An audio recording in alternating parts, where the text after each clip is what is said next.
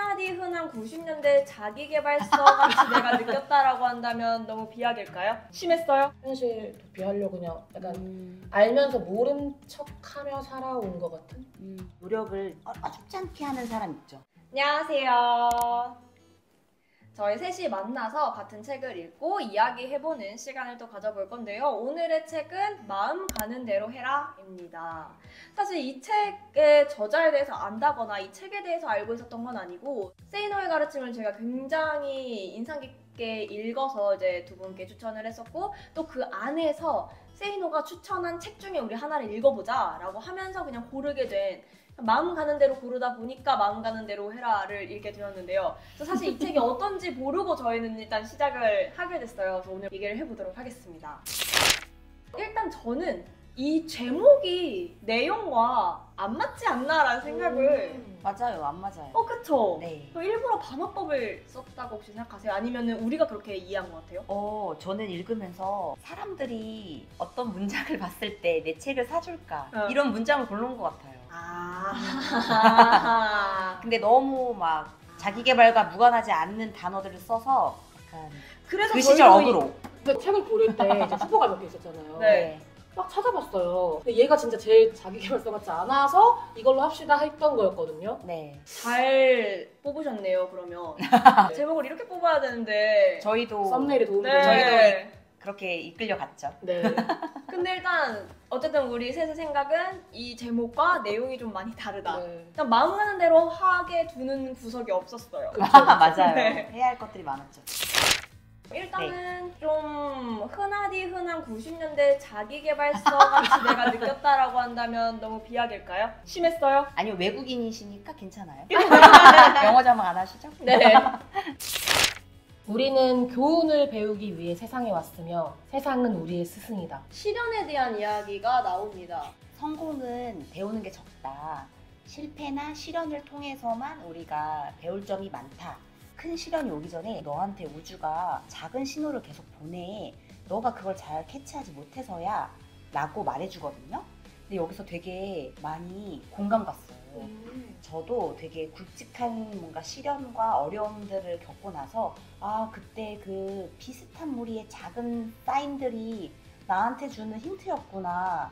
이런 경험들이 쌓이니까 요즘에는 작은 사인만 읽어도 이거 내가 캐치하지 않고 넘어가면 이거 눈두덩이가 커지겠는데? 라는 것을 알았거든요. 여기서 그 내 알을 딱 문장으로 해준 거랑 만나니까 이 페이지가 좋았어요. 근데 진짜 그런 것들을 느끼면서 작은 것에도 사인을 읽을 수 있게 되니까 삶이 편해지진 않거든요. 그렇다고 해서 내가 해결할 수 없는 일을 많은 일을 겪잖아요. 왜 이런 일이 나한테 일어나지? 내가 준비할 수 없는 것들? 네. 그런 일이 일어날 때에도 뭐지? 무슨 사인이지? 이 생각을 항상 하거든요. 그럼 촉을 세우려고 노력을 하거든요. 뭐 때문에 내가 이 일을 겪었을까? 그리고 어떤 큰 일이 일어나지 않으라고 이 일을 내가 겪는 걸까?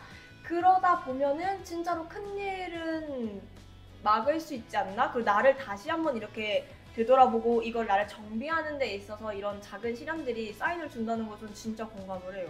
근데 그런 경험도 있지 않으세요? 그러니까 사람을 만날 때 나는 작은 사인을 읽는 사람이에요. 근데 상대방은 작은 사인을 별거 아니라고 치부하는 사람이에요. 그런 사람과 대화할 때 왜 이렇게까지 예민해? 왜 일어나지도 않을 일을 걱정해? 이런 게 부딪힐 때 있으세요? 제가 그런 사람. 걱정 안 하세요? 걱정을 많이 하는 사람. 일어나지도 않은 일을. 걱정 인형이시군요. 걱정 인형이 별명이어가지고 순간 저도 모르게 고개를 숙이게 되는. 근데 또 걱정이 매몰되어 있으면 방법이 안 나오니까 또 별거 아니라는 그런 담대한 약간 포장도 필요하긴 한 것 같아요. 근데 이게 작은 시련들을 캐치하는 게 사인이라고 캐치하는 게 걱정 인형이랑은 좀 다른 것 같아요. 그거를 걱정하고 앉아있는 게 아니라 이런 일이 일어났어 어떻게 이게 아니라 뭐지? 뭐 때문에 이 일이 발생했고 내한테 어떤 일이 일어나지 말라고 이거를 지금 하는 거지? 거기에 엄청난 촉을 세우거든요. 그리고 그게 해결되지 않으면 저는 항상 몸이 아파요. 그래서 그거를 깨닫는 데까지 엄청난 에너지를 쓰고 그 다음에 딱 어쨌든 살다 보면은 모든 일이 해결은 되잖아요. 그게 좋든 나쁘든 끝나기는 하잖아요. 어떤 일들이. 그럼 끝났을 때 그거를 다시 돌아보고 내가 이러라고 이 일이 생겨난 일이었구나. 내가 이거를 해나가는 데 있어서 아니면 다른 어떤 일을 하는 데 있어서 엄청나게 좋은 교훈을 난 여기서 얻었구나. 너무 다행이다. 역시 나한테 일어나는 모든 일은 좋은 일일 수밖에 없구나. 물론 그걸 겪는 동안에는 괴롭고 모르고 아프지만 그걸 겪는 동안에도 그 생각을 해요. 그러니까 지나고 나서 자기 합리화한 거 아니야? 라고 하기에는 합리화여도 괜찮다라고 저는 생각하고요. 그리고 그걸 겪을 때도 너무 아프지만 분명히 지나고 내가 일주일만 지나도 이 일을 내가 왜 겪었는지 그리고 내가 어떠한 큰 일을 막았는지 분명히 깨닫게 될 거니까 진짜 이 일주일만 참아보자. 내가 촉을 세우고 참아보자. 계속 이렇게 가거든요. 그래서 어떻게 이거 걱정 인형이랑 좀 다른 것 같아요. 선생님은 그러면 촉은 좀 좋으신 편이세요? 오, 네.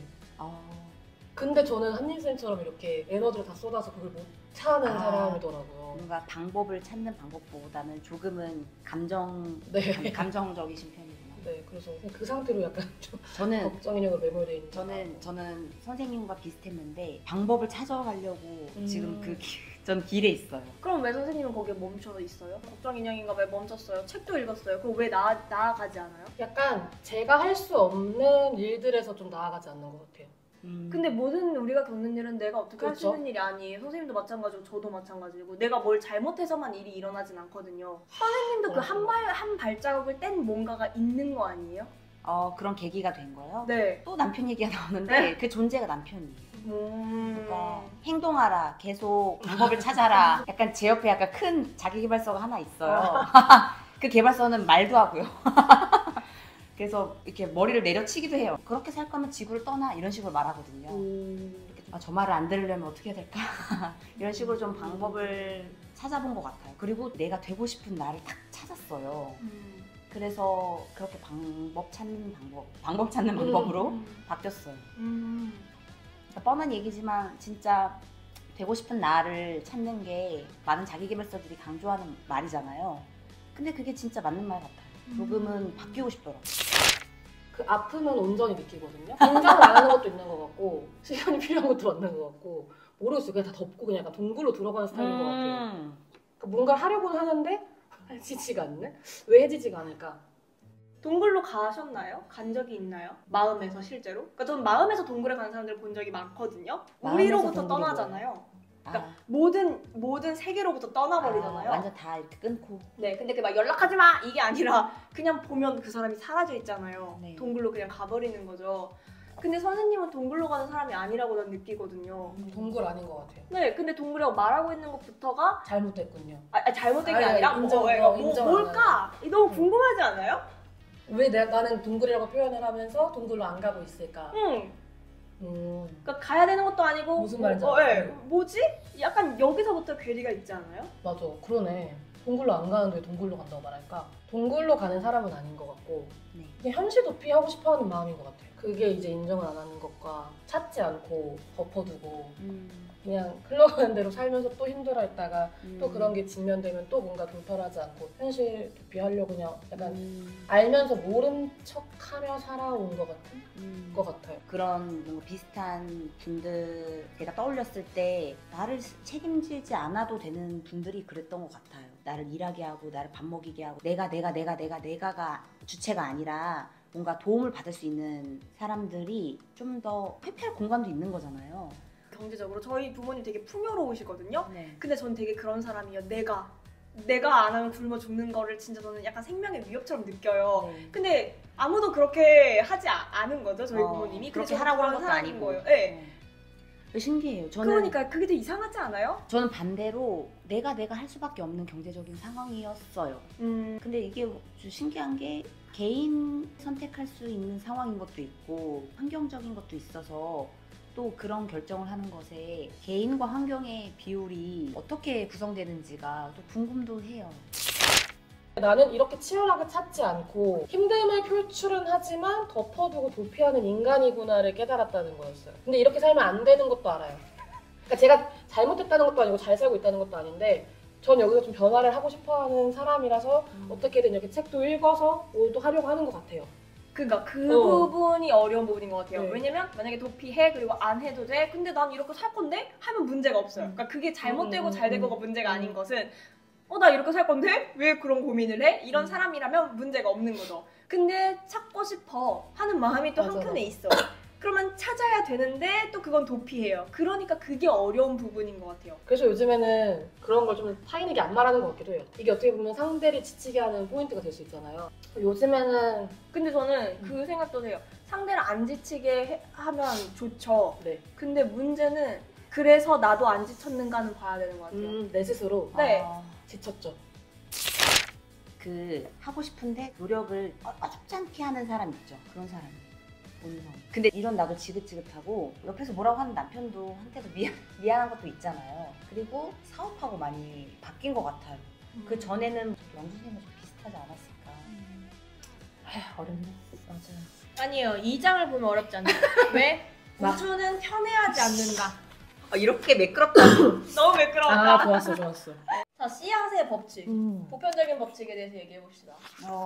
이것도 진짜 클리셰잖아요. 너무 아, 클리셰죠. 그렇죠. 먼저 땅을 파고 씨앗을 심고 물을 뿌리고 시간이 지나야만 결과를 얻을 수 있다. 노력하고 인내하고 그래야 결과를 찾을 수 있다고 설명하고 있습니다. 그래서 오늘 콩을 심고 내일 파면은 거기에는 젖은 콩. 그냥 젖은 콩이 있다. 이 말은 너무 좋았어요. 그러니까 그만큼 기다리기도 해야 된다는 거잖아요. 노력 먼저 하고 그 다음에 결과물을 기다려라. 너무 흔한 말인데 네. 그 기다리는 시간이 괴로워. 네, 얼마냐는 것을 종잡을 수가 없기 때문에 너무 맞아, 괴롭고 또 시간만 흘러가는 게 아니라 내 상황도 흘러가고 돈도 흘러가고 있기 때문에 이 기다린다는 게 생각보다 막 그렇게 간단하지가 않아요. 근데 이렇게 그냥 막 간단하게 써놓은 예를 보면 너무 당연한 것처럼 느껴지잖아요. 그러니까 월급 올려주세요. 그럼 그만 아플게요. 결혼 생활 행복하게 해주세요. 그러면 저 남편한테 잘할게요. 승진시켜주세요. 그러면은 직장에서 그만 잘게요. 이걸 들으면 말도 안 되는 말이잖아 하면서 진짜 가만히 생각해보면 우리도 있어. 한켠에서 그걸 하고 있는 거잖아요. 맞아요.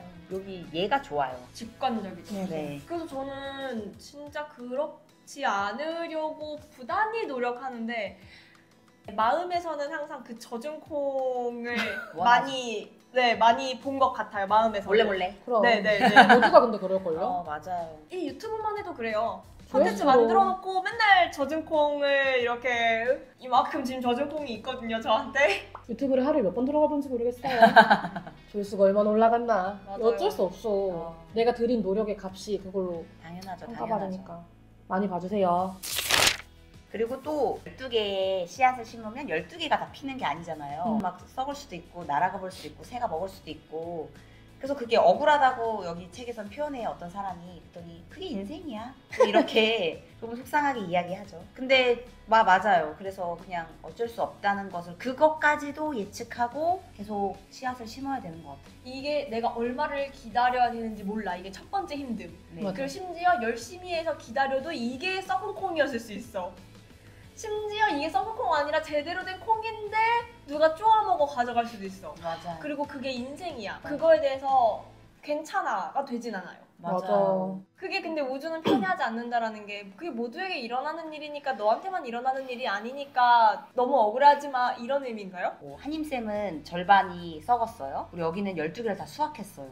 근데 누가 훔쳐갔어요. 뭐야 나 왜 그런 그러니까 거야? 이런 식으로 똑같은 상황들이 주어지는 게 아니라 나처럼 불행한 사람은 없을 거야 라고 느끼게 하지만 다 다른 뉘앙스의 불행을 겪고 있다. 제가 20대 때 저는 제가 100% 성공할 거라고 믿었거든요. 내가 성공 안 할 방법이 없는 거예요. 그러니까 아침에 일어나서 잠들기 전까지 필라테스 생각만 하다가 꿈도 진짜 수업하는 꿈을 꾸고 깨면서도 시퀀스를 생각하면서 깨서 그냥 그걸 되뇌이면서 출근을 하고 수업을 하는데